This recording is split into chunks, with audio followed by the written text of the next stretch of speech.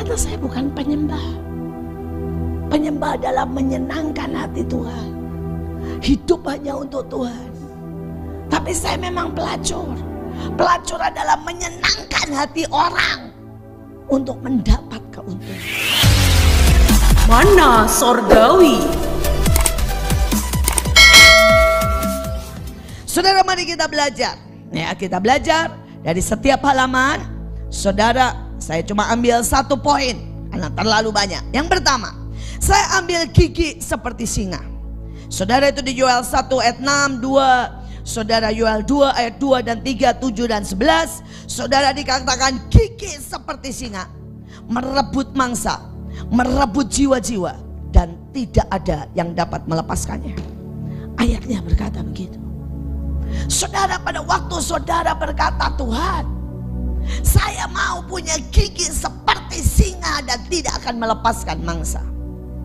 Saudara berkata bagaimana? Saya mau beri kesaksian, saudara. Saudara, hari itu Tuhan menyuruh kami pertama kali. Kenapa saya sharingkan? Karena di hati saya dari tadi Tuhan bilang, suruh mereka mengerami ini. Saudara harus menjadi kerjaan saudara. Saudara, hari itu pertama kalinya, ini bicara 12 tahun yang lalu, Tuhan suruh kami buat acara namanya Bekasi Baru. Saudara, dan hari itu Tuhan bilang begini, inilah mulai, engkau buat acara 50.000 up. Saudara, selama itu, saudara, sebelumnya kami kalau buat acara mentok 20.000, saudara. Saudara, dan hari itu Tuhan mulai berkata next level, nak, 50.000 up kamu bikin acara. Saudara, dan sepanjang saya berdoa dari tadi pagi, Tuhan bilang saksikan, nak, karena mereka harus next level. Mereka sudah tidak akan buat KKR 10.000, 12.000. Tapi program selanjutnya, saudara, 50.000 up saudara akan buat. Seluruh jalan sepanjang Danau Toba, pesisirnya dipenuhi orang dan jiwa-jiwa. Dan kita akan lihat baptisan terbesar, saudara, 50.000 up. Jangan lupa ya, kalau saudara buat pesta lawatan di Danau Toba, 70.000 panggil saya. Dan sekali lagi, kalau saudara bilang, Bu, saya nggak berani, oke, saya ambil, saya yang buat one day.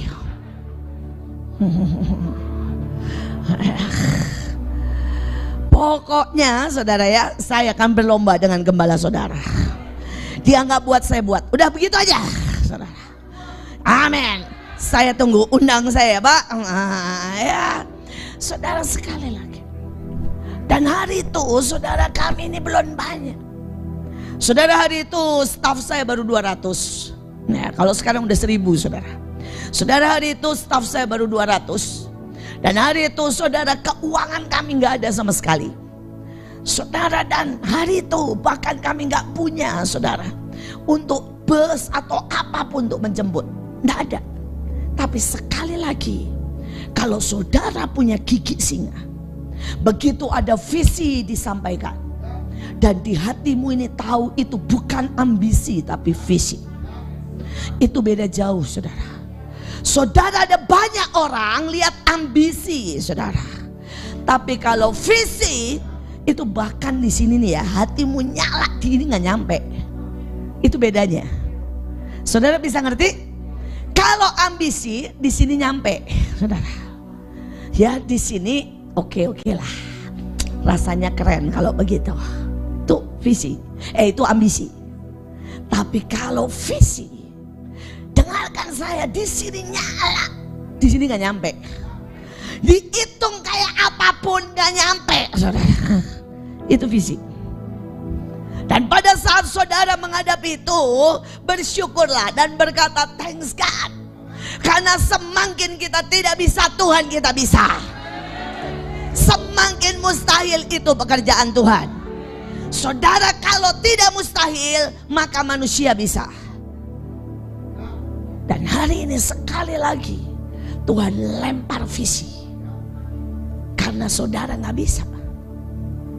Saudara berkata bagaimana mungkin pandemik? Ya justru itu kerennya Tuhan, saudara. Maka Tuhan harus membuat di sini semua nol COVID, dan saudara semua dinyatakan, saudara ya, orang-orang yang kebal, saudara. Dan tiba-tiba saudara, seluruh Danau Toba akan penuh kemuliaan Tuhan. Sekali lagi, hari itu gak nyampe, tapi bagian kita adalah menggigit visi itu. Saudara, kami mulai doa, kami mulai puasa, saudara. Tapi saudara bisa bayangkan kurang 2 minggu, bahkan tanah pun gak tahu tempatnya, lokasi gak tahu. Saudara, mana ada KKR 70.000, saudara kurang 2 minggu tempat aja gak tahu, saudara. Dan semakin menggila, saudara, tekanannya. Saudara, kalau saudara ya lihat yang namanya saudara mangsa diterkam singa, ngek. Mangsanya gini nggak? Aku berserah. Mangsanya, wah! Dia berusaha sedemikian rupa melepaskan. Betul? Jadi kalau saudara punya visi dan saudara mulai gigit visi itu dengan roh, saudara jangan pikir iblis akan diam. Iblis akan terus mencoba bergerak dan melepaskan supaya engkau tidak gigit visi itu. Tapi kami belajar, semua orang bilang, Bu nggak bisa diundur aja, Bu nggak mungkin. Dan hari itu kami cuma berkata, aku percaya. Setiap kali dengan air mata saya teriak, aku percaya. Tolong aku yang tidak percaya. Jangan berpikir, saudara, iman itu bulat sampai gak getar-getar, saudara. Tapi saking getarnya terus makin bulat, saudara. Loh, kalau saudara bikin bakso kan putar makin bulat kan. Di sini juga begitu, saudara. Kuat terus sampai bulat, makin bulat, saudara. Saudara, dan hari itu saya berkata kepada Pak Luki dan beberapa orang, pokoknya kita jalani. Dan di tempat yang Tuhan bilang kita masuki. Saudara, kita jalanin di Pekayon waktu itu dekat rumah saya. Saudara, ada tanah kosong, ilalangnya itu setinggi manusia, saudara. Dan Tuhan bilang tempat itu. Saudara, singkat cerita itu kami buka, kami minta izin, dan orangnya senyum-senyum dan berpikir begini, ini memang tempat kosong gak ada apa-apanya, silahkan aja. Saudara, kami berkata, Pak, kami mau buat acara di situ, game dan sebagainya dengan orang-orang. Oh, silakan aja, tapi jangan harap ya kami beresin. Jadi kalau kalian mau potongin rumput, kalian mau kerjakan, ya bilang begini, baguslah, saya dapat tenaga gratisan. Saudara, jadi diberikan buat kami gratis, saudara. Dan kami kerja keras potongin rumput. Saudara, dan hari itu kami benar-benar gak ada uang untuk bikin transport.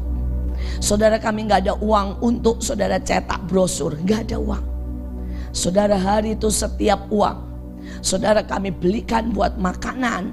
Saudara, dan kami tumpang tangan itu 5.000 dan 2 ikan. Saudara, itu akan memberi makan 5.000 karena itu 5 roti dan 2 ikan. Saudara, dan selebihnya untuk saudara mengundang orang apa? Kami lakukan sesuatu yang sangat mengerikan yang belum pernah dilakukan. Saudara, kalau saudara punya visi dan kau gigit, ada satu rahasia. Seringkali engkau harus melakukan yang belum pernah engkau lakukan. Kalau engkau melakukan, saudara, istilahnya nih ya, selalu engkau jalan sampai batas di sini. Dan engkau mau menangkap visi baru, engkau jalan sampai di sini, gak jebol. Tapi kalau engkau menangkap visi, maka engkau harus lewati batas, saudara. Dan lakukan sesuatu yang belum pernah engkau lakukan. Maka engkau akan lihat tiba-tiba, saudara, kemenangan, lawatan, sesuatu yang luar biasa, beyond daripada kemanusiaan, itu tiba-tiba terjadi. Saudara, dan hari itu saya berkata, mari kita lakukan sesuatu yang belum pernah kita lakukan. Mereka bilang, bagaimana Bu? Pergilah ke pasar, teriak. Siapa yang mau datang, udah teriak aja. Dengar nggak dengar terserah, udah teriak aja. Pergilah di pinggir-pinggir jalan, teriak aja.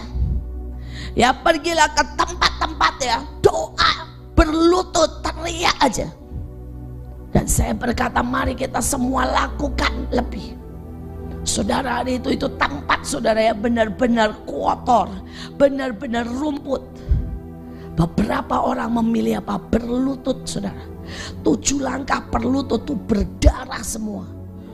Saudara, muka kami saudara ya hitam karena apa? Kami bakar beberapa tempat. Itu hitam semuanya. Saudara, sekali lagi kami melakukan di atas daripada kebiasaan. Dan hari itu sekali lagi saya lihat mukjizat. Sampai hari ini kami tidak pernah tahu dari mana orang datang. Tapi orang datang sekitar 70.000. Saudara, mereka datang berbes-bes. Kemudian saya tanya begini, siapa yang undang? Mereka bilang gak tahu.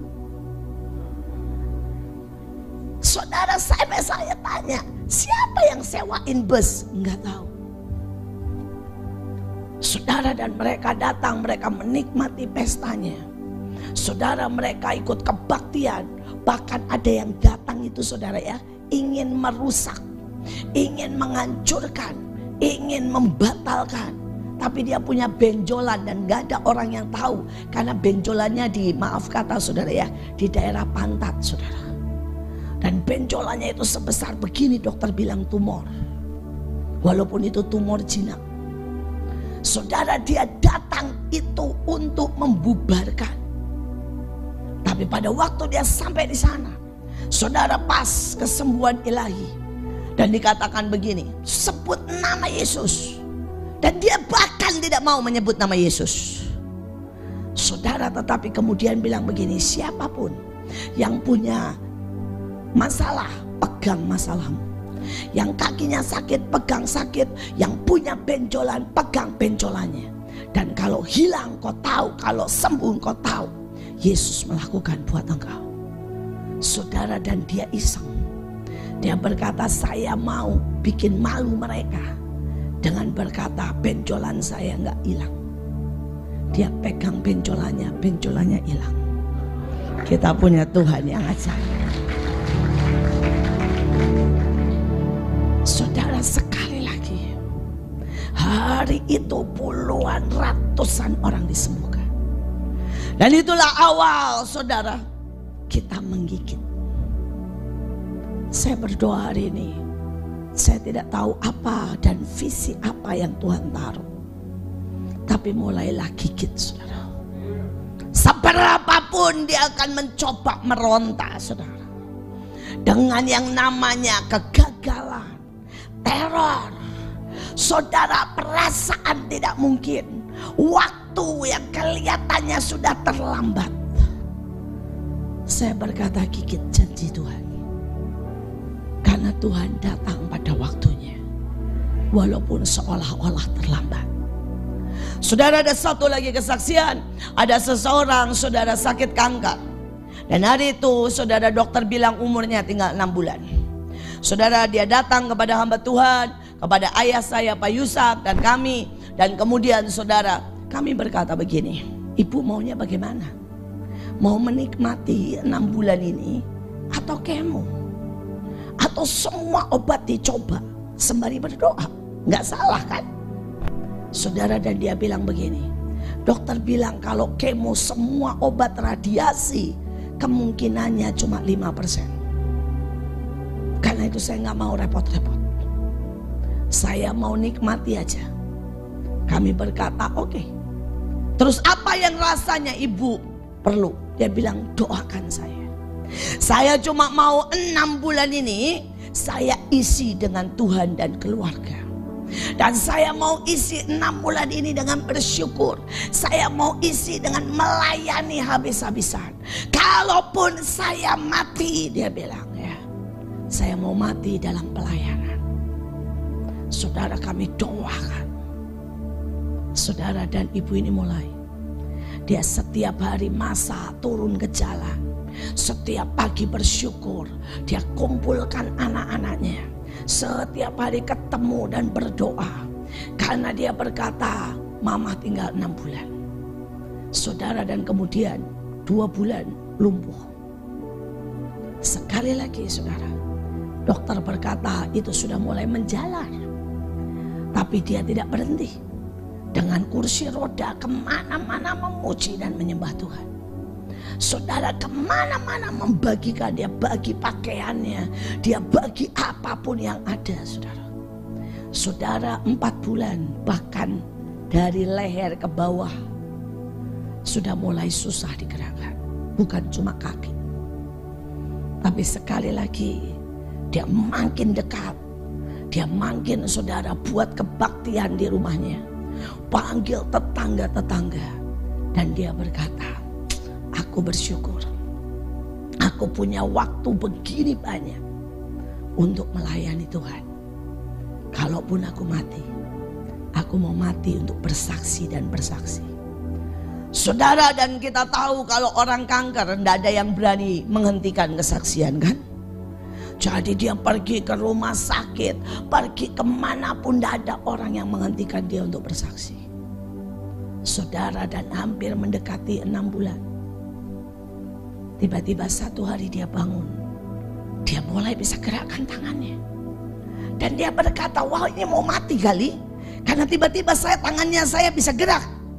Ya, atau Tuhan beri mujizat terakhir kali. Tapi saudara, dia bisa gerakkan kakinya. Dia bisa gerakkan semuanya. Dan saudara mau tahu sampai hari ini dia masih melayani Tuhan. Kita punya Tuhan yang ajaib. Amin. Ibu ini tidak pernah lepaskan gigitannya. Saudara, dia dapat visi bahwa dia akan melayani sampai hembusan nafas.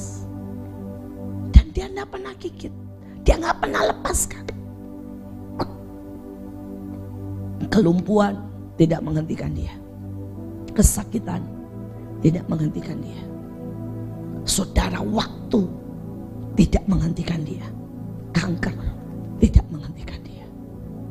Sehingga akibatnya dia melihat kemuliaan Tuhan. Dan sampai hari ini dia tidak berhenti melayani Tuhan. Karena dia pegang gigitannya sampai matinya akan melayani Tuhan. Saudara, kita lihat yang selanjutnya. Saudara, dikatakan saudara ya, yang bagian akhir, ada api menghanguskan apapun di hadapan pasukan ini. Bahkan api menjilat sesudah mereka bergerak, menyalakan api lawatan hanya dengan satu sentuhan. Saudara, Alkitab itu punya banyak terjemahan. Ada terjemahan namanya The Passion, saudara. Itu bahasanya puitis sekali, saudara.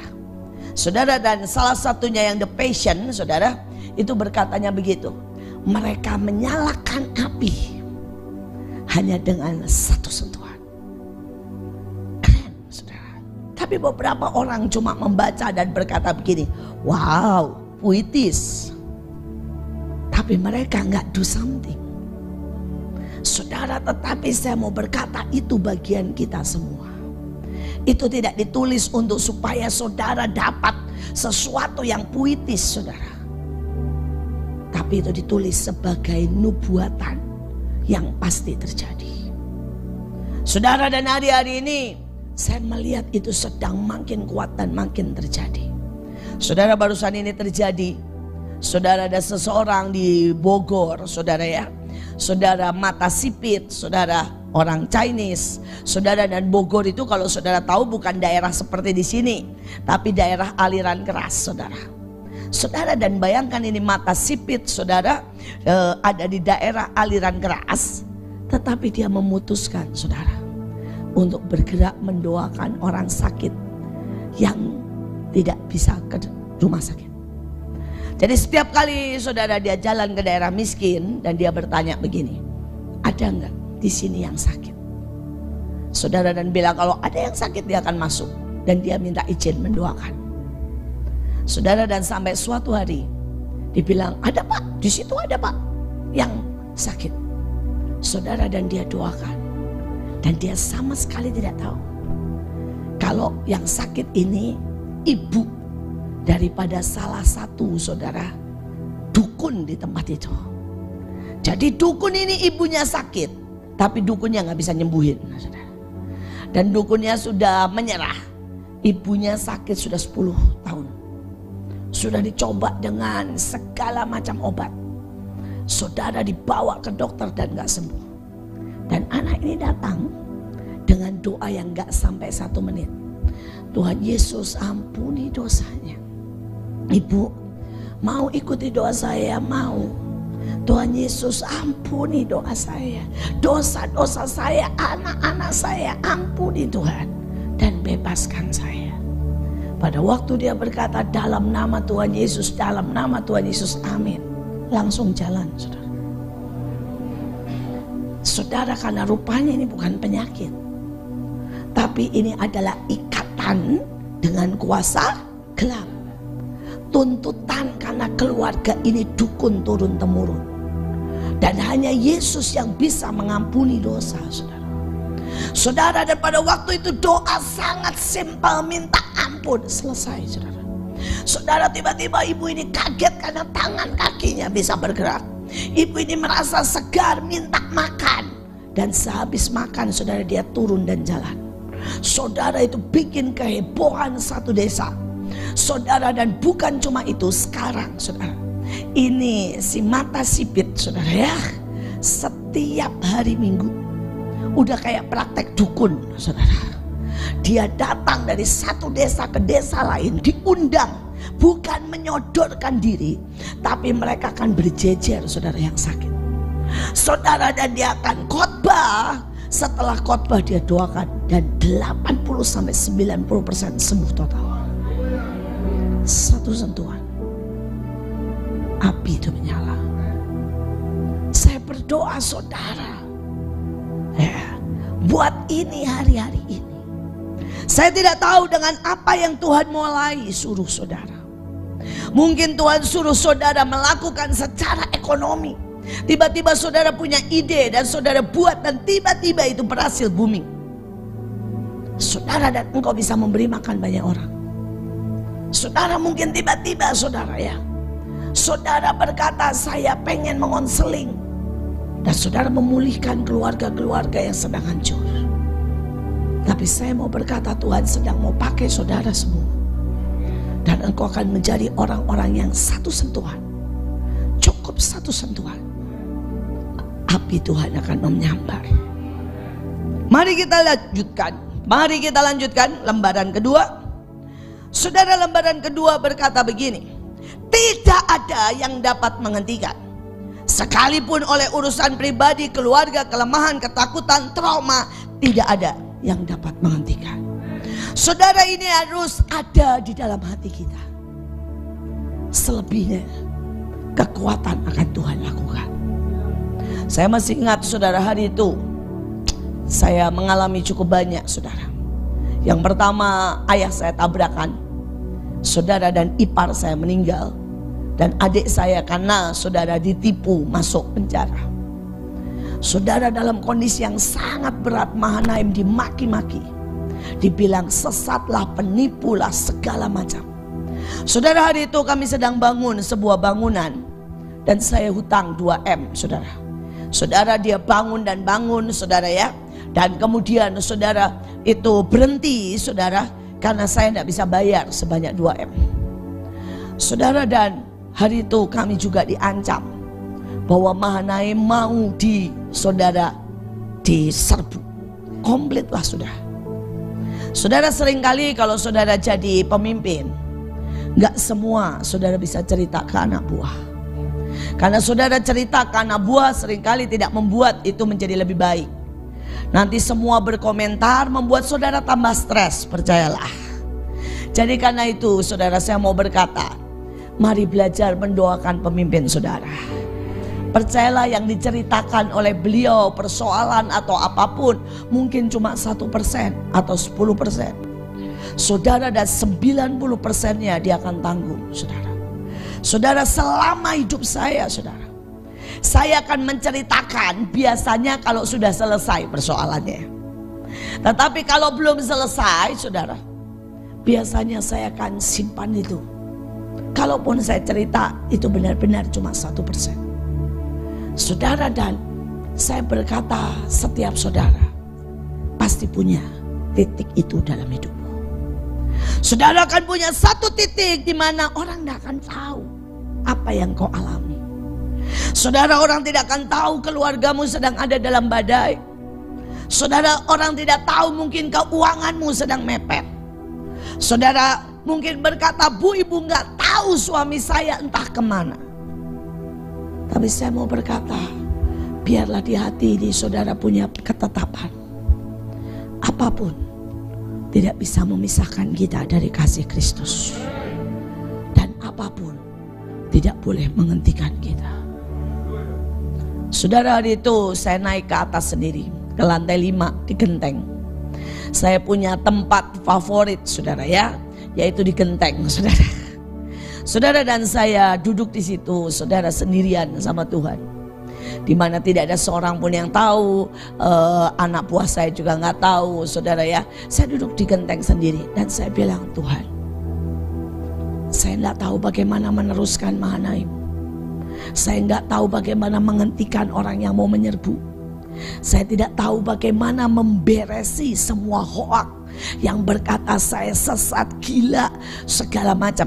Kalau saudara coba buka gitu ya, Iin Cipto, nanti saudara akan dapat banyak banget, saudara.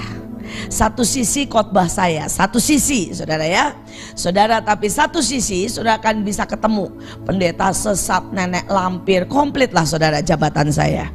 Penyihir, saudara, banyak banget saudara-saudara. Dan saya bangga dengan itu, saudara ya. Karena Alkitab berkata, saudara, berbahagialah kalau orang memfitnahkan kepadamu segala yang jahat, karena engkaulah yang empunya kerajaan surga. Jadi nih ngomong-ngomong, kalau saudara belum punya jabatan begitu, nah saudara perlu berkata, Tuhan kasih jabatan. Tapi itu fitnah loh ya. Kan dikatakan memfitnahkan segala yang jahat. Jadi kalau benar misalnya saudara memang ngutang dan orang bilang dia utang sama saya, itu bukan fitnah. Saya berdoa saudara mengerti. Saudara, dan hari itu saya bilang saya nggak tahu bagaimana membereskannya. Dan saya nggak tahu bagaimana membayar 2M. Saya bilang ya pantaslah dia menghentikan pembangunan. Orang utang sudah 2M ya. Saudara, dan saya nyanyi, tapi kadang-kadang ada saat dimana menyanyi pun saudara rasanya nggak keluar. Dan hari itu saya cuma bilang begini, Tuhan, ini keputusan saya. Kalau saya bisa terbang, saya akan terbang sekuat-kuatnya. Tapi pada saat saya tidak punya kekuatan untuk terbang, saya akan berlari. Pada saat saya tidak punya kekuatan untuk berlari, saya akan berjalan. Pada saat saya tidak punya kekuatan untuk berjalan, saya akan merangkak. Pada saat saya bahkan tidak punya kekuatan untuk merangkak, saya akan merayap. Dan saya bilang, tapi dengar iblis, kalau Tuhan belum ambil nyawa saya, kau tidak akan lihat saya berhenti. Kau tidak akan lihat saya quit. Karena tidak ada yang bisa menghentikan saya. Itu tekad saya. Saudara, dan pada waktu saya ngomong itu berkali-kali, saudara, tiba-tiba ada seperti pusaran angin lembut sekali. Saya cuma nangis. Saya tahu itu Roh Kudus. Dia tidak ngomong apa-apa, saudara. Itu cuma seperti pusaran, saudara. Seperti membangun tembok, membersihkan semua yang di hati saya, mengangkat beban saya. Saudara, dan saya turun. Dan pada waktu saya turun, saudara, saya mesti pergi pelayanan. Karena hari itu saya mesti khotbah di tempat lain. Sampailah saya di tempat lain, saudara, di khotbah itu. Dan orang itu tiba-tiba berkata, Bu, 2 minggu sebelum ibu hari ini khotbah, saya dengar audible Tuhan bilang, belikan dia mawar biru, karena dia hambaku yang setia dan tidak ada yang bisa menghentikannya. Saudara, hari itu mawar biru gak seperti sekarang banyak dan modelnya dicelup. Hari itu mawar biru tuh susah banget saudara.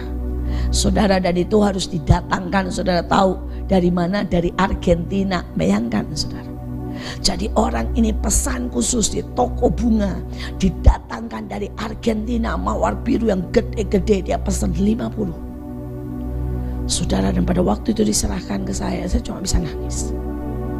Saya bilang, Tuhan, saya baru ngomong itu hari ini. Bagaimana Engkau sudah menyuruh orang itu 2 minggu yang lalu untuk membelikan saya mawar biru. Saudara, dan Tuhan bilang, nak, karena aku tahu hatimu tidak pernah bisa dihentikan. Saudara, saya cuma peluk dan bilang, Tuhan, I love you more than anything. I love you. Toh ujungnya tidak pernah aku. Ujungnya tidak pernah aku yang bisa menyelesaikan masalah. Ujungnya tidak pernah aku yang bisa membuat mujizat. Ujungnya tidak pernah aku yang menguatkan. Ujungnya dari Engkau, untuk Engkau, bagi kemuliaan. Ujungnya toh Engkau yang akan bayar. Engkau yang akan menguatkan. Dan kemana aku harus pergi selain kepelukan. Saudara, dan saya cuma bisa rasakan hari itu cintanya dia. Saudara, dia tidak ngomong apapun, tapi dia berikan mawar biru itu. Dan dalam 3 hari saudara, dalam 3 hari Tuhan bereskan semuanya. Saudara, tiba-tiba ada orang kirim uang 2M, langsung nutup. Saudara, tiba-tiba saudara, orang-orang ada yang membela saya. Tiba-tiba saudara ya, semua urusan seperti beres dengan sendiri. Saya tidak tahu apa yang hari ini ada dalam hidupmu. Mungkin kau di titik seolah-olah ada banyak perkara mencoba menghentikanmu. Tapi saya berkata, keputusan itu di sini. Bukan soal keadaan. Bukan soal saudara uang. Bukan soal orang lain. Keputusan itu di sini. Apakah saudara tidak terhentikan? Dan kalau saudara mengerti bahwa kita tidak punya tempat yang lebih aman, lebih enak, lebih ajaib selain dipelukannya, maka semakin dihimpit kau akan semakin lari ke pelukannya. Dan engkau menjadi pasukan yang tidak terhentikan. Saudara, Tuhan sudah siap terbang dengan engkau. Tapi seringkali saudara harus lewati fase itu. Saudara, fase itu tidak pernah menghentikan saya. Fase itu tidak pernah menghentikan Mahanaim. Saudara, sejak kami melewati fase itu, kami menjadi lebih besar 4 kali lipat saudara. Sekali lagi ya, jangan pernah saudara, jangan pernah ya, dihentikan oleh apapun juga. Saudara, kita lanjutkan di sini. Saudara, dikatakan sangat disiplin saudara. Mendisiplin tubuh, menguasainya supaya tidak didiskualifikasi. Dididik dan dihajar Tuhan adalah bagian dari anak kesayangan. Saudara, ada banyak orang ya, mereka itu lebih menginginkan berkat dari didikan. Saudara, mereka lebih menginginkan pujian saudara ya, daripada saudara yang namanya saudara value kebenaran. Saudara, ada sangat banyak orang menginginkan penerimaan saudara daripada engkau saudara dipercayakan banyak hal. Bisa nangkap ya? Saudara, banyak orang kan yang penting begini ya, wah kalau sudah dipuji-puji, iya kau hebat, padahal nggak hebat sama sekali dan nggak ngelakuin apa-apa. Pokoknya asal dengar aja, kamu hebat loh, kamu baik banget loh. udah puas. Tapi seberapa saudara mau dididik? Bolehkah Bapak Gembala Tuhan bilang begini, kamu tuh ya males banget, lu belum ngelakuin apa-apa, kamu belum bergerak, kamu belum menginjil, kamu belum ya menyatakan kemuliaan Tuhan. Banyak orang gak bisa dengar itu. Mereka maunya berkata, lu udah bagus loh, nggak ada jemaat kayak lu, baik banget, terima kasih buat sumbangannya, padahal sumbangannya cuma 5.000.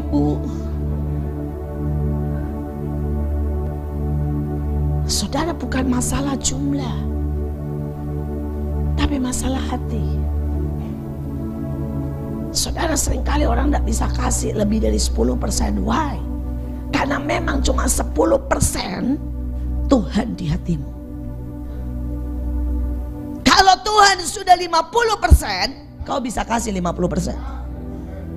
Kalau Tuhan di hatimu sudah 100%, kau bisa kasih kok 100%. Tapi kalau Tuhan di hati kita memang cuma 5%, kita kan cuma bisa kasih 5%. Percayalah, Tuhan gak butuh uang kita, saudara.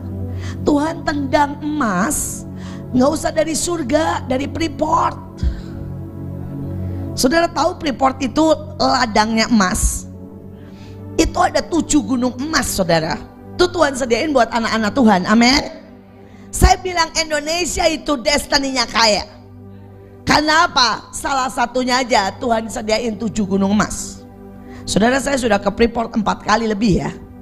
Jadi saudara gak bisa bilang gini, ibuin asal ngomong. Enggak, itu beneran. Dan sekarang saudara, dari waktu yang pertama sampai sekarang baru 1 gunung. Masih ada 6 yang belum diapa-apain. Saudara, karena itu kalau saudara itu dibagi-bagi aja, ini data. Seluruh rakyat Indonesia nggak usah kerja. Saudara, 1 orang dapat 20 tahun, selama 10 tahun itu masih cukup. Saudara bayangin kekayaan Indonesia. Itu seperti Tuhan mau bilang begini, aku ini sediakan nak, karena engkau itu permataku. Saudara, gak ada negara sekaya Indonesia. Cuma kita. Kita ini spesial banget. Udah disediain emas masih gak percaya Tuhan tuh buat saya kebangetan. Jadi Tuhan bilang kalau aku mau berkatin engkau, aku tinggal tendang aja itu keluar emasnya. Tiba-tiba emasnya bongkahan keluar, saudara. Tapi kenapa Tuhan itu minta? Ya, Tuhan mau lihat hati kita. Apakah hati kita itu 100% buat Tuhan? Ataukah hati kita itu cuma 5% buat Tuhan? Ya. Sekali lagi, saudara, seringkali ada begitu banyak, saudara, yang membuat kita ini, saudara, menjadi orang yang tidak bisa dipercayakan banyak hal. Ya. Saudara, ada banyak orang. Hari ini saudara perlu berdoa, berkata gini, Tuhan, aku mau dengar kebenaran. Aku mau dengar didikan. Karena itu menyelamatkan. Amin. Saudara lebih suka dipuji-puji atau lebih suka yang menyelamatkan? Ya, di sini. Ya. Coba renungkan. Saudara, hari itu saya masih ingat ini peristiwa sudah 30 tahun yang lalu. Saudara, hari itu saya ke Belanda, saudara. Saudara, dan pada waktu saya ke Belanda, saudara ya, hanya butuh satu bulan. Saya mulai gak bisa doa. Saudara, memang tekanan sangat banyak. Saudara, hari itu saya gak punya uang. Hari itu saudara, saya mau, saudara ya, tempat tinggal aja gak punya, ikut orang, mau diusir. Saudara, saya juga, saudara, sekolah belum dapat izin, belum dapat visa, mau di DO dikeluarkan dari Belanda, pokoknya semuanya. Dan umur saya waktu itu masih 17 tahun. Saudara, dan hanya butuh 1 bulan. Di Indonesia saya punya jam rutin itu 5 kali. Saya kayak tetangga sebelah. Saudara yang mengerti-mengertilah.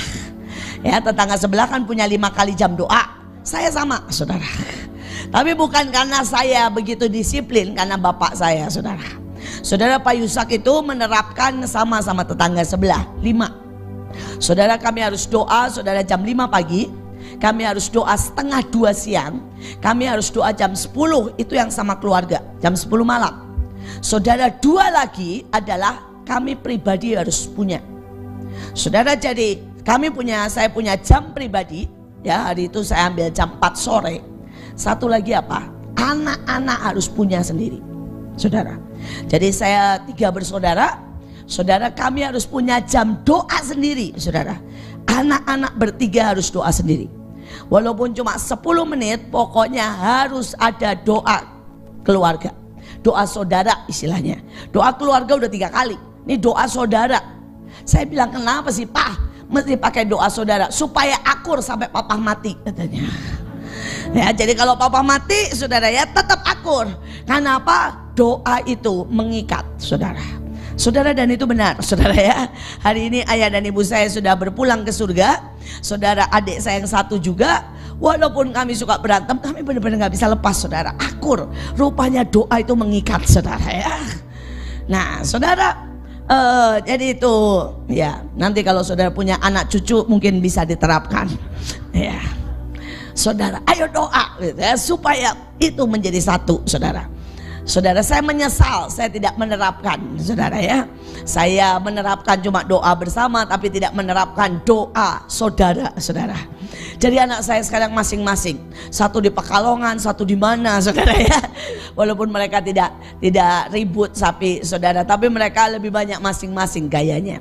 Oke, sekarang saudara, dan hari itu, saudara, saya benar-benar melihat setiap kali kita berdoa, saudara, sesuatu terjadi.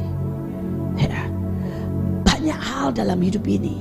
Ya, saya berpikir begini, saudara, semua baik kok.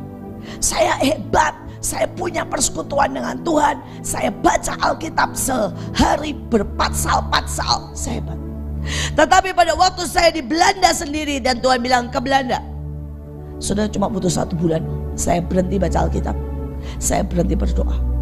Dan hari itu, saudara, saya bilang sama Tuhan, Tuhan, saya tidak bisa ketemu Engkau, saya tidak bisa berdoa, saya tidak bisa dengar suaramu.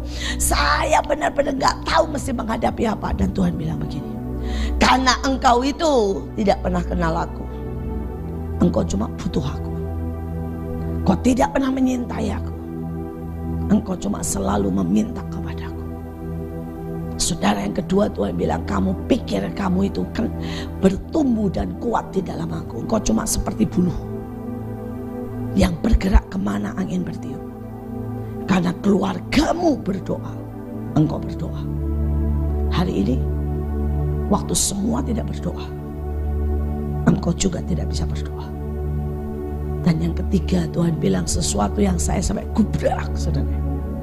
Tuhan bilang begini, kamu itu pelacur yang menyukai dunia dan selalu ingin supaya semua orang menyukaimu. Dan kamu bukan penyembah. Saudara, itu kebenaran yang pertama kali Tuhan terus terang ke saya. Hari itu saya galau sekali. Saya bilang begini, memangnya saya separah itu? Ternyata ya, buktinya cukup 1 bulan dan saya sudah tidak bisa berdoa. Saudara, dan benar, saya ini cuma pelacur. Saudara, di Belanda orang sukanya apa, saya ikuti. Teman-teman ngajak saya minum, saya minum. Karena kalau di Belanda itu dingin alasannya. Jadi habis makan selalu minum wine, saya minum kok. Saudara, orang berkata begini, In, kamu kalau nggak belajar nari di sini tuh nggak lucu, karena kalau Natal kita selalu nari tenggo, nari ini, nari ini. Saya ikuti kok. Saudara, ternyata saya bukan penyembah. Penyembah adalah menyenangkan hati Tuhan, hidup hanya untuk Tuhan. Tapi saya memang pelacur. Pelacur adalah menyenangkan hati orang untuk mendapat keuntungan. Saudara, bahkan saya dekati orang-orang kaya di Belanda. Tujuannya apa? Saya hari itu tidak punya uang. Kalau saya dekat mereka, saya naik mobil gratis, saya makan enak gratis. Saudara, bahkan saya seringkali dapat baju mereka, apapun dari mereka, saudara, yang mereka sudah bosan dikirim ke saya. Dan hati saya mendekati mereka bukan berteman, bukan bersaksi, boro-boro bersaksi. Hati saya cuma satu, gue butuh lo. Dan saya akan lakukan apapun yang mereka mau. Dan itu adalah pelacur. Wahyu pasal 3. Kepada jemaat di Sardis. Dan tuliskanlah kepada malaikat jemaat di Sardis. Inilah firman Dia yang memiliki ketujuh roh Allah dan ketujuh bintang itu. Aku tahu segala pekerjaanmu. Engkau dikatakan hidup, padahal engkau mati. Bangunlah dan kuatkanlah apa yang masih tinggal yang sudah hampir mati, sebab tidak satu pun dari pekerjaanmu aku dapati sempurna di hadapan Allahku. Karena itu ingatlah bagaimana engkau telah menerima dan mendengarnya. Turutilah itu dan bertobatlah. Karena jikalau engkau tidak berjaga-jaga, aku akan datang seperti pencuri, dan engkau tidak tahu pada waktu manakah aku tiba-tiba datang kepadamu. Tetapi di Sardis ada beberapa orang yang tidak mencemarkan pakaiannya. Mereka akan berjalan dengan aku dalam pakaian putih, karena mereka adalah layak untuk itu. Barang siapa menang, ia akan dikenakan pakaian putih yang demikian. Aku tidak akan menghapus namanya dari kitab kehidupan, melainkan aku akan mengaku namanya di hadapan Bapa-Ku dan di hadapan para malaikatnya. Siapa bertelinga, hendaklah ia mendengarkan apa yang dikatakan Roh kepada jemaat-jemaat. Kepada jemaat di Philadelphia. Dan tuliskanlah kepada malaikat jemaat di Philadelphia. Inilah firman dari yang kudus, yang benar, yang memegang kunci Daud. Apabila ia membuka, tidak ada yang dapat menutup. Apabila ia menutup, tidak ada yang dapat membuka. Aku tahu segala pekerjaanmu. Lihatlah, aku telah membuka pintu bagimu yang tidak dapat ditutup oleh seorang pun. Aku tahu bahwa kekuatanmu tidak seberapa, namun engkau menuruti firmanku dan engkau tidak menyangkal namaku. Lihatlah, beberapa orang dari jemaah iblis, yaitu mereka yang menyebut dirinya orang Yahudi, tetapi yang sebenarnya tidak demikian, melainkan berdusta, akan kuserahkan kepadamu. Sesungguhnya aku akan menyuruh mereka datang dan tersungkur di depan kakimu dan mengaku bahwa aku mengasihi engkau. Karena engkau menuruti firmanku untuk tekun menantikan aku, maka aku pun akan melindungi engkau dari hari pencobaan yang akan datang atas seluruh dunia untuk mencobai mereka yang diam di bumi. Aku datang segera. Peganglah apa yang ada padamu, supaya tidak seorang pun mengambil mahkotamu. Barang siapa menang, ia akan kujadikan soko guru di dalam bait suci Allahku, dan ia tidak akan keluar lagi dari situ. Dan padanya akan kutuliskan nama Allahku, nama kota Allahku, yaitu Yerusalem baru, yang turun dari sorga, dari Allahku, dan namaku yang baru. Siapa bertelinga, hendaklah ia mendengarkan apa yang dikatakan Roh kepada jemaat-jemaat. Kepada jemaat di Laodikia. Dan tuliskanlah kepada malaikat jemaat di Laodikia. Inilah firman dari Amin, saksi yang setia dan benar, permulaan dari ciptaan Allah. Aku tahu segala pekerjaanmu. Engkau tidak dingin dan tidak panas. Alangkah baiknya jika engkau dingin atau panas. Jadi karena engkau suam-suam kuku dan tidak dingin atau panas, aku akan memuntahkan engkau dari mulutku. Karena engkau berkata, aku kaya dan aku telah memperkayakan diriku dan aku tidak kekurangan apa-apa. Dan karena engkau tidak tahu bahwa engkau melarat dan malang, miskin, buta dan telanjang, maka aku menasihatkan engkau, supaya engkau membeli daripadaku emas yang telah dimurnikan dalam api, agar engkau menjadi kaya, dan juga pakaian putih, supaya engkau memakainya, agar jangan kelihatan ketelanjanganmu yang memalukan, dan lagi minyak untuk melumas matamu, supaya engkau dapat melihat. Barang siapa kukasihi, ia kutegur dan kuhajar. Sebab itu relakanlah hatimu dan bertobatlah. Lihat, aku berdiri di muka pintu dan mengetok. Jikalau ada orang yang mendengar suaraku dan membukakan pintu, aku akan masuk mendapatkannya, dan aku makan bersama-sama dengan dia, dan ia bersama-sama dengan aku. Barang siapa menang, ia akan kududukkan bersama-sama dengan aku di atas tahtaku, sebagaimana aku pun telah menang dan duduk bersama-sama dengan Bapakku di atas tahtanya. Siapa bertelinga, hendaklah ia mendengarkan apa yang dikatakan Roh kepada jemaat-jemaat.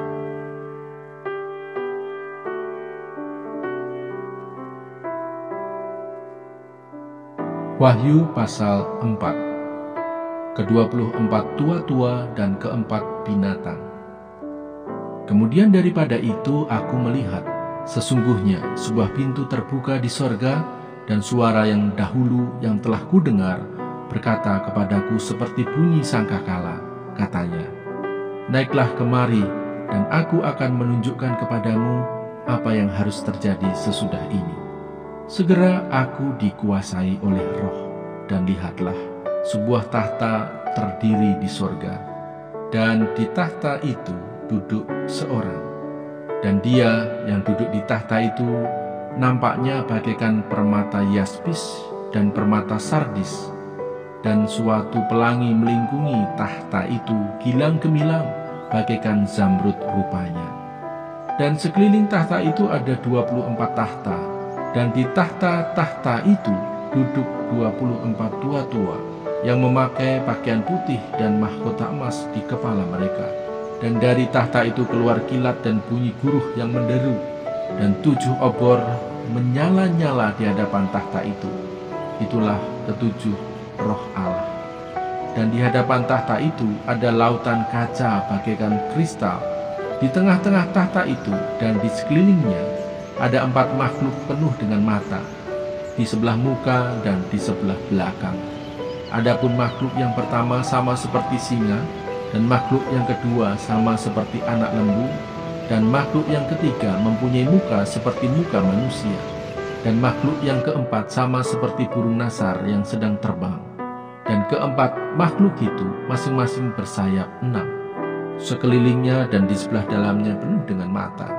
Dan dengan tidak berhenti-hentinya mereka berseru siang dan malam, Kudus, Kudus, Kuduslah Tuhan Allah yang Maha Kuasa, yang sudah ada dan yang akan datang. Dan setiap kali makhluk-makhluk itu mempersembahkan puji-pujian dan hormat dan ucapan syukur kepada Dia yang duduk di atas tahta itu dan yang hidup sampai selama-lamanya, maka tersungkurlah ke-24 tua-tua itu di hadapan Dia yang duduk di atas tahta itu, dan mereka menyembah Dia yang hidup sampai selama-lamanya. Dan mereka melemparkan mahkotanya di hadapan tahta itu sambil berkata, Ya Tuhan dan Allah kami, Engkau layak menerima puji-pujian dan hormat dan kuasa, sebab Engkau telah menciptakan segala sesuatu, dan oleh karena kehendak-Mu semuanya itu ada dan diciptakan.